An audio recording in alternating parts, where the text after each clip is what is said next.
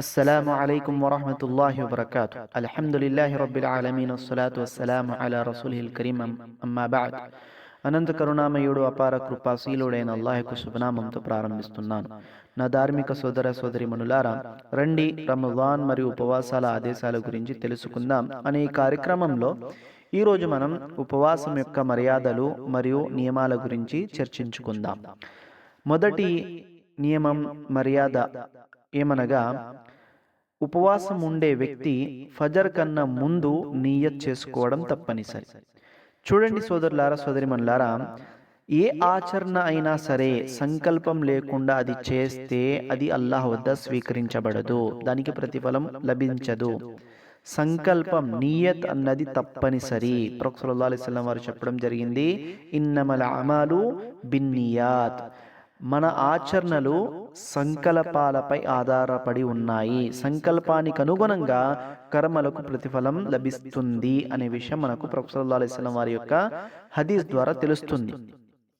ఇతరులకు చూపటం కోసం ఉపవాసము ఉంటే అది షిర్క్ అనబడుతుంది. అది అల్లాహ్కు ఇష్టము లేదు. ఏమాత్రం కూడా అల్లాహ్ ఆ ఆచరణ ద్వారా సంతోషపడడు, ఆగ్రహం వస్తుంది అల్లాహకు. మరి నా మిత్రులారా, సోదరిమణులారా, రంజాన్ ఉపవాసం ఏదైతే మనం పాటిస్తామో ఆ రంజాన్ యొక్క ఉపవాసం యొక్క సంకల్పం గురించి మనకు హదీసులో ప్రవక్త సల్లల్లాహు అలైహి వసల్లం వారు స్పష్టంగా చెప్పడం జరిగింది. ఈ సంకల్పం ఎలా చేసుకోవాలి. విధి ఉపవాసానికి సంబంధించి, అంటే ఫరజ్ యొక్క ఉపవాసం ఏవైతే ఉన్నాయో ఆ ఉపవాసాలకు సంబంధించి ఉషోదయానికి పూర్వమే సంకల్పం చేసుకోవటం అవసరం.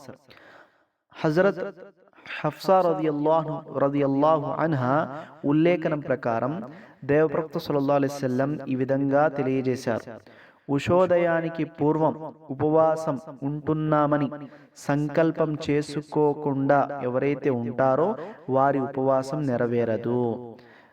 ఉషోదయానికి పూర్వమే, ఫజర్ కన్నా ముందే మనం సంకల్పం చేసుకోవాలి, ఉపవాసం యొక్క సంకల్పం చేసుకోవాలి. సౌదీ ముస్తకిల్ ఫత్వా కమిటీ ప్రకారం రంజాన్ నెల ఉపవాసాల యొక్క సంకల్పం రాత్రి ఫజర్ కన్నా ముందు చేసుకోవాలి. ఇది వాజిబ్ అని చెప్పడం జరిగింది. మరి నా మిత్రులారా, సోదరిమణులారా, ప్రతి ఉపవాసం కొరకు వేరుగా సంకల్పం చేసుకోవాలి.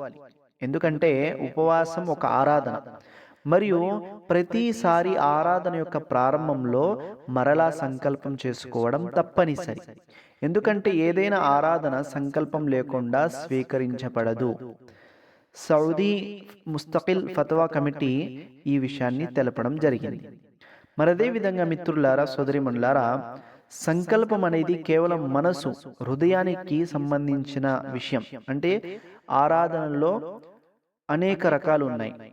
మనసు యొక్క హృదయానికి సంబంధించిన ఆరాధనలు, మరి అదే విధంగా శారీరక ఆరాధనలు, ధన సంబంధిత ఆరాధనలు, అదే విధంగా హృదయానికి సంబంధించిన ఆరాధనలు. ఒక ఆరాధన ఏమిటంటే సంకల్పం.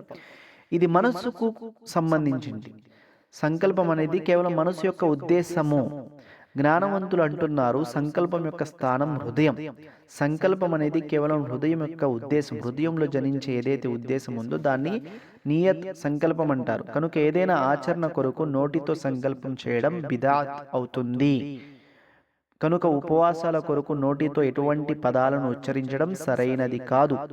ఎలాగైతే కొంతమంది ఉపవాసం యొక్క సంకల్పం కోసం ఈ పదాలను చదువుతారు: వబిసౌమి గదిన్ నవైతు మిన్ షహరి రమదాన్. ఈ పదాలు ఏ హదీస్ గ్రంథాలలో కూడా లేవు. కనుక నా మిత్రులారా, సోదరిమణులారా, రంజాన్ యొక్క ఉపవాసాలు మనం తప్పనిసరిగా ఉండాలి. ఇది మనపై ఫరజ్.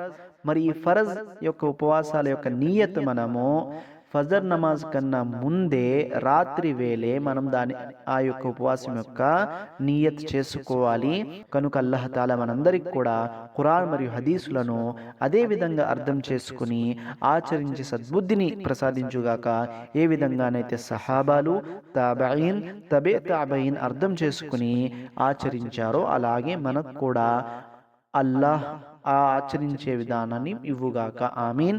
వా ఆఖిరు దఅవానా అనిల్ హమ్దులిల్లాహి రబ్బిల్ ఆలమీన్.